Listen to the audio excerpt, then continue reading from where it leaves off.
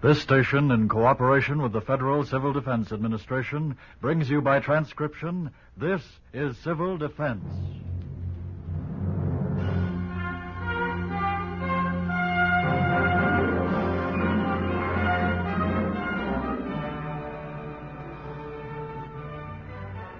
This is the river, product of the heavens and of the earth, compounded of rain and snow, and at the source fed by the waters under the earth. The river. For the most part, the river is a friend to man, working with the sun, the air, and the soil to feed the sheep, the cattle, and the crops that sustain his life. The river is a highway, floating on its waters the busy ships of commerce. The river is power. It is heat and light as it turns the wheels of giant turbines to make electric energy. The river is all these and more. For the river, too, can be an enemy. Listen. The time is early spring. The place 300 miles upriver from the city. What do you think, Joe? I think it's the worst ice jam I've seen on the river in 30 years, and I think it's due to break up soon. Yeah, I suppose we better flash a warning. You know, it looks like 1 million tons of water backed up by this ice are going to be let loose all at once. Yeah, listen to that. You know, times like this, I'm sure glad I don't live downriver in the city. I only hope they're prepared.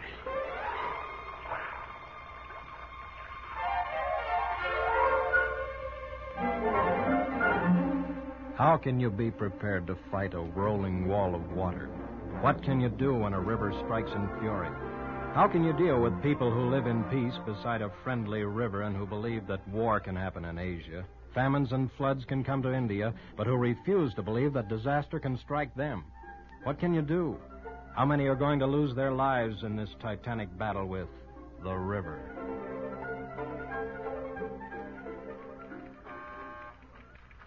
Civil Defense. I'll connect you. Civil Defense. The line's busy. Will you wait? Civil Defense. One moment, I'll connect you. Yes, I've alerted the whole Civil Defense Organization. It's going to be tough, all right. We'd better give top priority to filling sandbags, build up the levees, get set for full mobilization. Use Plan D. Let's get the command operation going right away. Sure. I'll give you a call in an hour.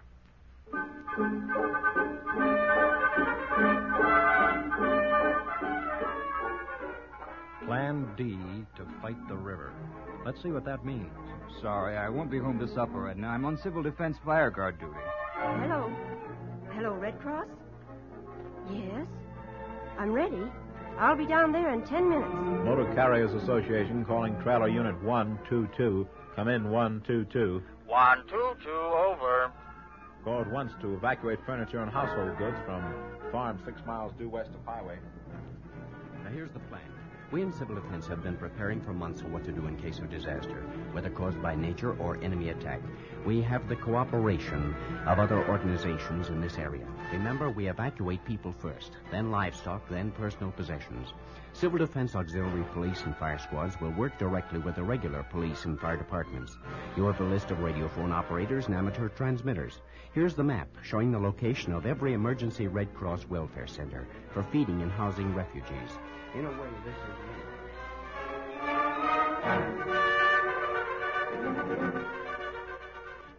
How ready was the city? What would be the death toll when the river went back in its banks?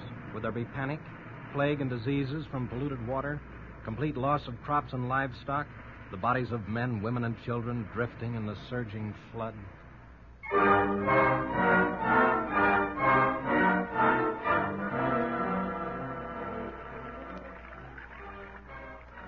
I'm afraid we waited too long to move out, Mother. I never thought it could happen to us. The water's rising fast. Maybe we should go out onto the roof. They said the river was coming, but somehow I never believed it.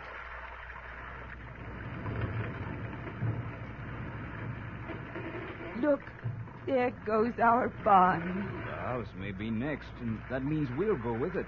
Oh, surely they'll send somebody. They must have boats already. All we can do is wait, Mother. Wait and pray.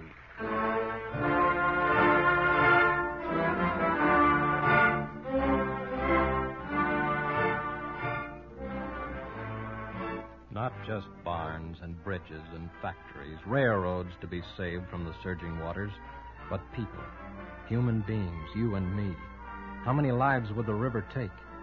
Around their radio sets, other people in all parts of the country listen to the news. Listen, for instance, to CBS News reporter Ed Murrow, who gave an eyewitness story of the flood. At 5:30 this morning, we stood on the bridge over the river. It sort of strummed in an off-note key as the steel stood against the drive of the water. The bridge shivered and moaned softly. And when the crest came, we didn't know it. Now that there has come a respite, there has been time to look a little at how this battle was fought. Most of the people who fought it are nameless. Some of them just waited for the emergency that didn't come. And as in war, the waiting is the hard time. For 2 days, almost everyone I have talked to has said the key to this whole business, the reason we raised 13 miles of levees 3 feet in 6 days, the reason we evacuated the people so smoothly, the reason there was no declaration of martial law, the reason for almost everything came back to the Civil Defense Organization. I think it may be the real story of this struggle. What is this civil defense? Let's ask some of the workers. How about you, for instance? Me? Well, I'm from the Red Cross. We're trying to feed and clothe those poor people who lost everything they had when the waters came. And you there at your desk, where do you fit into civil defense? I'm an executive of a construction company. Our whole firm is enrolled in civil defense. All our equipment and all our manpower has been thrown into this fight against the river. Bulldozers, trucks, earth-moving apparatus, and the crews to operate them. People who know their equipment. Excuse me, that's an emergency call. The river's about to break through in a couple of new places.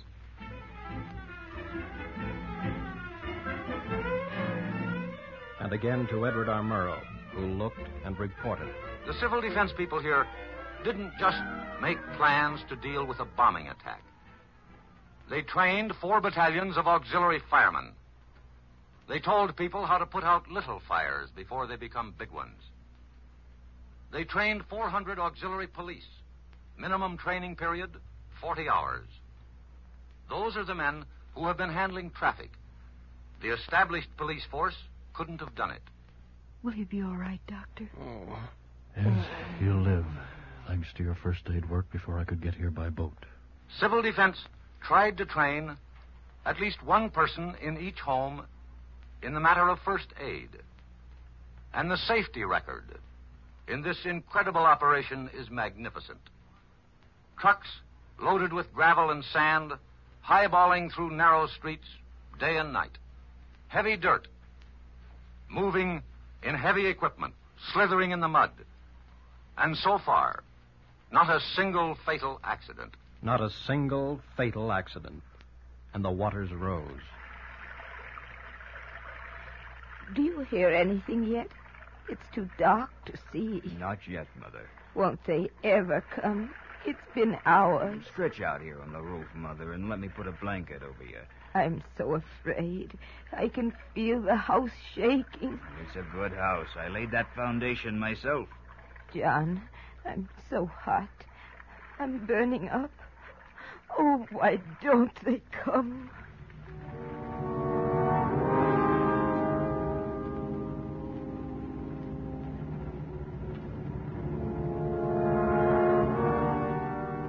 There were heroes in civil defense, men and women who never before in their lives had faced danger and death, who had lived humdrum lives, joining civil defense because they were needed and asked, but who thought real action was far off. People like this one. We might as well give up. The current's too strong. Oh, we can't give up now. If you'll hold the boat steady with the oars, I'll dive in and rescue them. Bill, you're crazy. You'll never make it. Oh, yes, I will. Here I go. Hey, can you pull over this way? I'm trying. Okay. Here's the first one. Easy. I think her leg's broken. Easy does it. Now for the kid. Okay, here's the kid. Good. Well, look what I found. Come on, fella. Into the boat with you. Here I come. How are the others? Okay, I guess. Yeah, mother and kid are okay.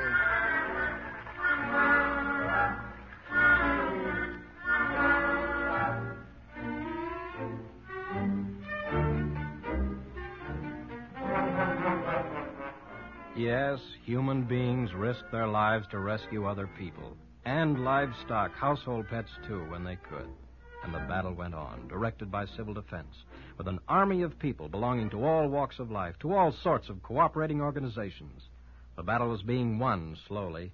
How? Planning did it. Ed Murrow knew when he broadcast these words. When the flood started, the authorities said, first of all, we ought to make a list of all the heavy equipment, all the trucks, bulldozers, and all the rest. And the civil defense authorities just reached into their files and said, all right, if you want it, here it is, all ready for you. We made it up months ago. We know exactly where every truck, bulldozer, every drag line, every piece of heavy equipment is to be found. And when men were wanted, civil defense had both the plan and the leaders. They hadn't recruited a lot of people and then given them nothing to do. But they had the equivalent of the staff, company, and even squad leaders. And that had all been established. Oh. Are you all right, Mother? It's so dark. How's the fever? First the chills and then the burning. Oh, why don't they come? I don't know. I've been praying, Mother. Water. You can't drink it. It's full of disease. Millions of gallons of water right up here to our roof, and you can't drink it. John. Yes? If I die, will you... Don't say that, Mother. Oh, I'm so sick. Help will come. It has to come. Maybe I can swim and bring help. Oh, no, you'd be drowned. I can't let you suffer. John, there's a light. Where? Over there. It's a boat. Call to them. Help! Help! Over here! Over this way! Hello! Flash a light! I haven't a light. Right this way, over here. Well, we'll have you out in a jiffy. Do you hear, Mother? The Lord has answered our prayers.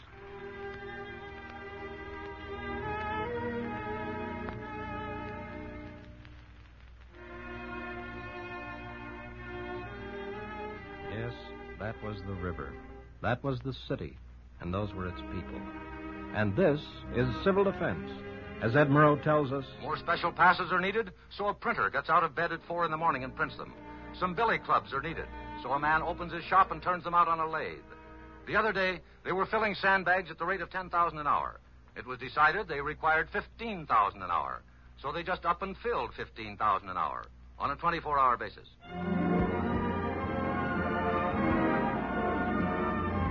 And who knows whether this year or the next there may be an enemy attack, or another river, another city, or another kind of war. For your services as a civil defense volunteer may save your own life or the lives of the ones you love. This one episode in a long line of civil defense services in natural disasters is based on the actual sequences occurring during the Missouri River floods of April 1952 in the Omaha, Nebraska vicinity. This is Civil Defense, brought to you by the Federal Civil Defense Administration, is written and directed by Jack Weir Lewis, and is produced and transcribed by the Rocky Mountain Radio Council.